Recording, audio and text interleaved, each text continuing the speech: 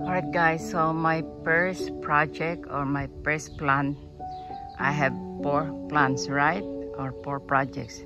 Trimming the bougainvillea, planting the bird nest, and then planting the manggabe, and then planting the Tokyosedum on the ground. So far today I finished this bougainvillea, and then at the same time on top of that Josh was able to remove this big agave here.